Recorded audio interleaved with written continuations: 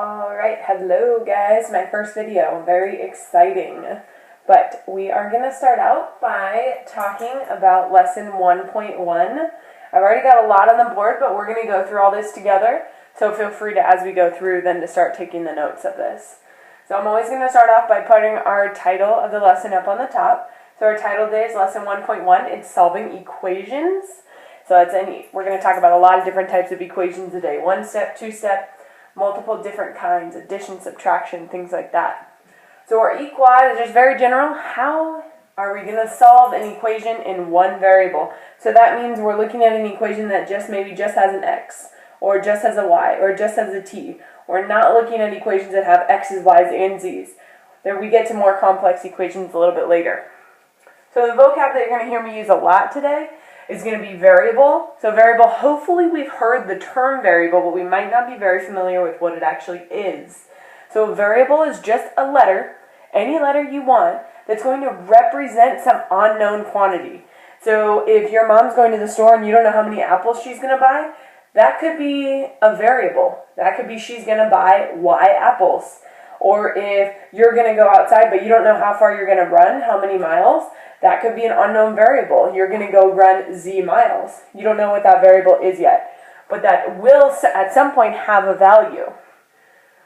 So an equation, that's what we've worked with equations a ton. So it's a mathematical sentence. I know it's weird to talk about sentences. We're not in English. But it is a mathematical sentence that uses the equal sign to show that two expressions are equivalent. Alright, and then a solution, that's what when we're solving, we find an answer, right? It's a value for a variable that makes an expression true. So if your mom goes to the store and she buys 10 apples, the value of that variable is 10. If you go out and you run 5 miles, the value of that variable is 5. Okay, so these are just the vocab that you're going to hear me use. I wanted to put them up there so that you guys would be familiar with it. Now, some other things you're going to hear, just words to kind of start being familiar with, is inverse. We're going to start talking about using the inverse property. So this is like for addition. If we see addition, we're going to have to use the inverse operation, the inverse property, in order to cancel that out, or in order to solve our equation. So we're going to make a little inverse table here. We've got our operations. So these are things you've worked with for a long time. These are things like addition. These are things like subtraction, like multiplication, like division, right? We've done tons of things with those. We know what those operations mean, but what are those inverses? So when we're solving these types of problems, how are we going to solve them, basically? What is the method we're going to use to solve them? So if we think about addition, instead of adding something, the inverse of that would be taking something away, which is subtraction. So the inverse of addition is subtraction. So if we think about a subtraction, taking things away, the inverse or the opposite of that is adding things in, which is addition. And if we think about multiplication, so taking multiple groups of things, so multiplying by groups, that's the opposite of that is kind of dividing into groups. So division. And then I bet you can get the last one. The inverse of the division operation is multiplication. So this is going to be so important as we go through and we look at our methods of solving equations. That's going to be something that we have to know. We've got it ingrained in our brain. You're going to need to know this for the rest of your math career through high school, even through college, but definitely out through our IM series. So we've got our inverse operations. So the first thing we're going to do, we're going to try and just tackle out our first problem. We're going to start with just one-step problems right now. We're just going to do a one-step. And I'm going to show you multiple ways to solve this one-step problem, because I know that people like to solve things a lot of different ways. So for our first one-step problem, we're going to do x plus 3 is equal to 10. Okay, so all that this is asking you to do, we are asked to solve for x. That would be our directions, right? Solve for x. Solve for that variable, that unknown. All right, so we are saying if we cover up this value here, if we cover up that variable, what number has to go there? What number has to be in its place to make it true? What number has to be in x place to make it true? Hopefully you guys can just kind of think through it and find the answer, right? But there's going to be more difficult problems that you might not be able to come up with right away. So we're going to look at the operation of addition here. We're going to look at the addition operation. Say, okay, in order to undo that addition, in order to work backwards and solve out for x, we have to use our inverse operation, which is subtraction. So we are going to subtract our 3. Subtract our 3. But probably something you've heard before is everything you do to one side, you have to do to the other side. Those are called properties of equality. You would change the equation if you didn't do it to both sides. So we've got subtract 3 and subtract 3. Everything we do, we have to do to both sides. So positive 3 and a negative 3, those just make a 0. Well, we kind of call it canceling out. So we've got x plus 0 is equal to, always got to carry that equal sign down, and then 10 minus 3 is 7. Now you guys might be thinking, why is that 0 even there? Is it necessary? Of course not. It is not necessary. You don't need to include that. I just want to make sure I'm showing all of our steps. So we did find our answer there, x is equal to 7. Okay, that's one method to use. That's probably the most common. That's really procedural. If you're a person who just likes to follow procedures, that's the way you're going to want to do it. But there are multiple other ways to do it. So we're going to look at a couple other ways. We're going to look at something called a table method. So this is a table method. And for our table method, we're basically going to separate our equation into two separate parts almost. So this x plus 3, our left side of our equation, is going to become one side. And our 10 is going to become the other side. And we're going to make two separate equations. So we're going to go y is equal to x plus 3 and y is equal to 10. We've got two equations here. Alright, and you guys have seen, I'm sure of it, x, y tables before. Here we go, here's some x, y tables, and we're going to be looking to see what value of x is going to make this true where both of the y's are equal. So we're going to look at y is equal to x plus 3 and y is equal to 10. Okay, and we're going to pick some x values. This is called like a guess and check method too. We're just going to guess some x's. So I'm just going to start and I'm going to get 0, 1, 2, 3, and 4. And we'll just see. Let's actually just start with 0, 1, and 2. Alright, and so when we plug 0 in for x, we get y is equal to 0 plus 3, which is just 3. Okay, and here, just y is equal to 10. Okay, well then y must be 10. Alright, if we plug a 1 in, we get y is equal to 1 plus 3, that's 4. Okay, but if we plug a 1 in here, it just says y is equal to 10. That's still 10. Alright, and if we plug a 2 in, we get y is equal to 2 plus 3, well that's 5. But this is still 10. So we haven't quite found our matching. We haven't found our value of x yet. So let's keep going and let's try to keep working until we get to that value of x. So I'm going to go ahead and, well, let's do them all. 3, 4, 5. Let's work it down until we get there. So when we plug a 3 in, we're going to get 3 plus 3. We get 6. This is still 10. I'm just going to carry our 10s all the way down because we know it's always y is equal to 10. And when we plug our 4 in, 4 plus 3, we get 7. 5 plus 3, we get 8. And we continue this method until we get an answer. So let's keep going for 6 and 7. When we plug 6 in, we get 9. When we plug 7 in, we get 10. Yay! Finally, we've got our pair.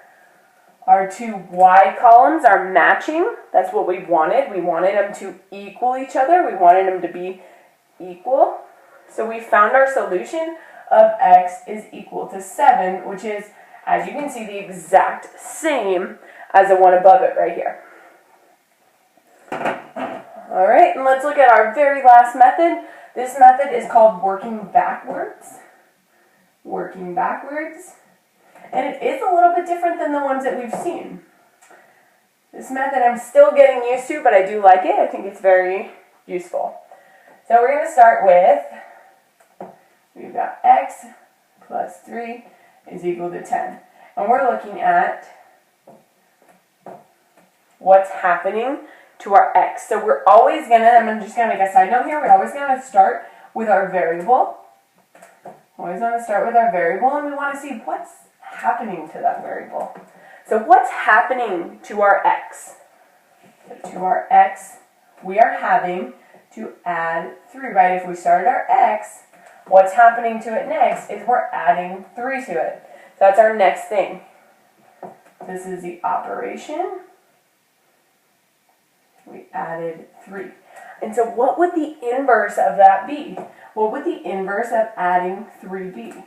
Subtracting 3, right? If we need to go back to our operation, look at addition, our inverse is subtraction. So subtracting 3. All right? So we've gotten this whole expression down. We've gotten the whole left-hand side of the equation down, x plus 3. So what we do here, this is a little bit tricky, but we're going to get through it. We're going to start with our 10 now. So we start with our 10. And our 10 is going to use the inverse operation all the way up. In this case, it was only 1 because it's only a one-step equation.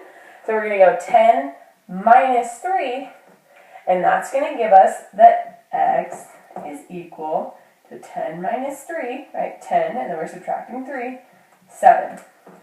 So just in case you didn't see that connection of where that 10 came from, right up here, that's our right-hand side. Our right-hand side.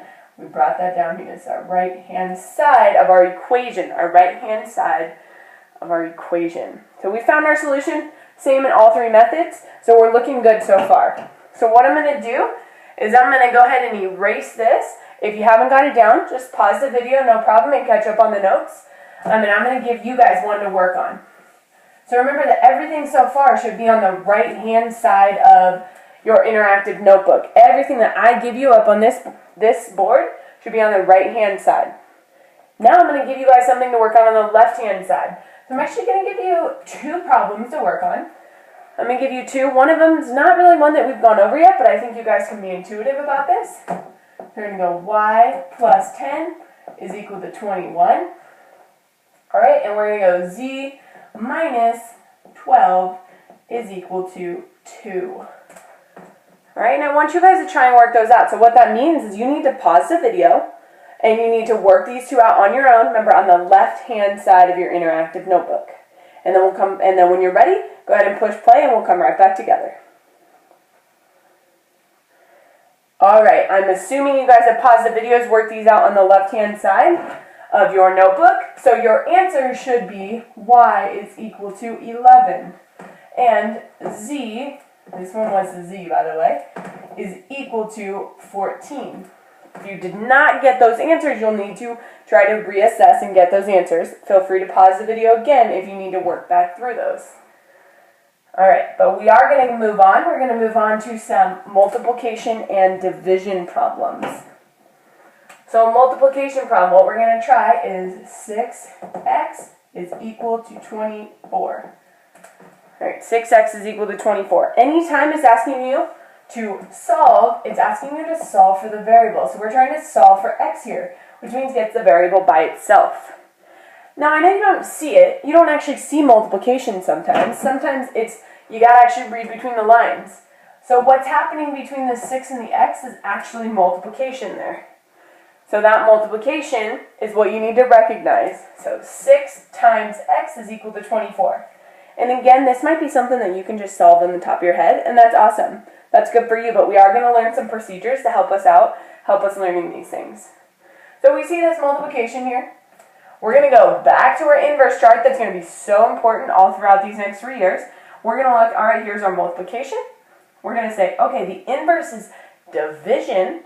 So what I'm going to need to do is, in order to get x by itself, I'm going to need to divide both sides. So for division, I draw it out like this. Some of you guys might think that looks more like a fraction. A fraction is simply just division. Think about when you divided those pies up to represent fractions, you were just dividing. You were separating it into parts. So this is the same way that we do division. So we've got 6 divided by 6. It's actually going to be 1x, right? 6 divided by 6 is 1. Carry down the x. And we have 24 divided by 6, which is 4. So 1x is equal to 4. So again, you guys might be thinking, well, do we need that 1 right there? Is that 1 necessary? No, it's not. Any coefficient of 1 can just be represented by the variable. So x is